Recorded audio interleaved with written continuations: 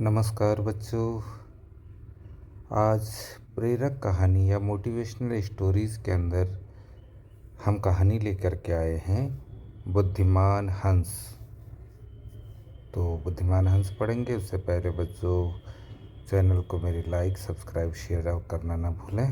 तो चलते हैं कहानी की ओर। कहानी का नाम है बुद्धिमान हंस। यह बच्चों हंस का जोड़ा है।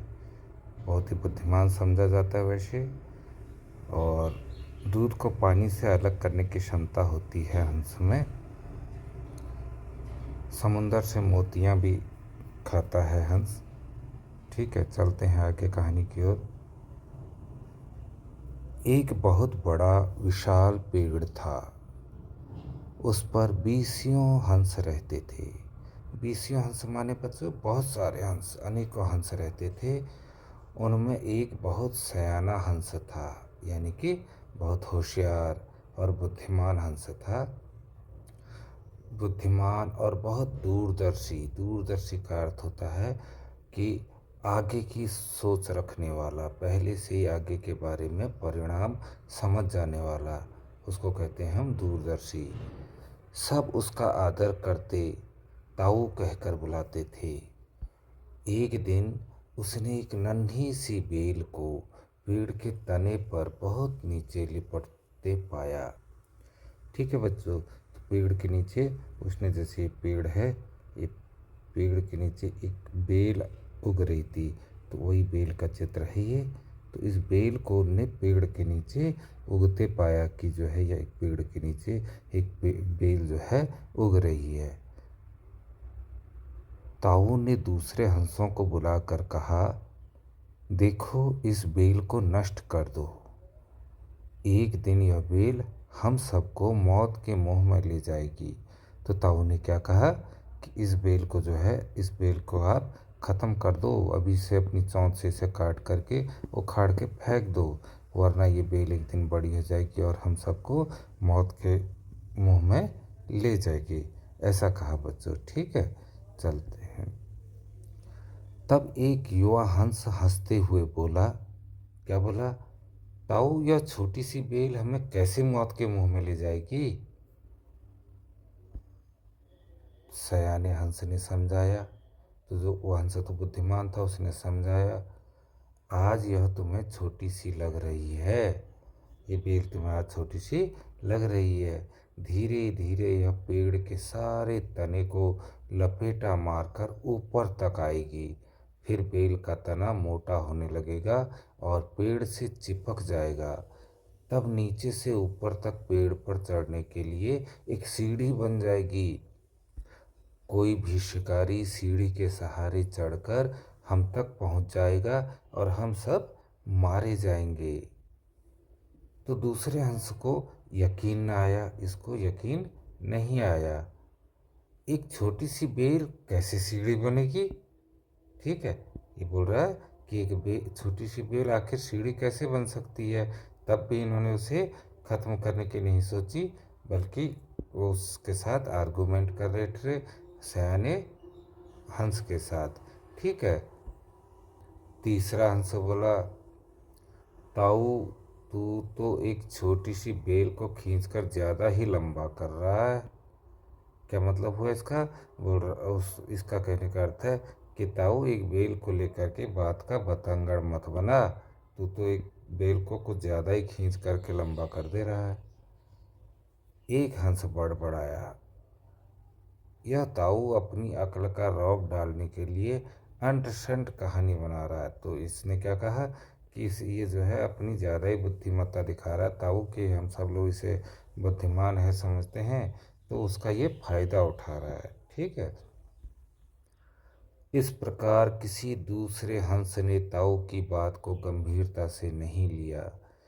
इतनी दूर तक देख पाने की उनमें अक्ल कहाँ थी, क्योंकि वो तो दूरदर्शी थे नहीं ना, ये दूरदर्शी नहीं थे, तो ये ताऊ की बात को क्यों समझते? ठीक है, तो किसी ने भी उस बेल को नहीं उखाड़ा। समय बीतता रहा। बेल लिपटते लिपटते ऊपर शाखाओं तक पहुंच गई। बेल का तना मोटा होना शुरू हुआ।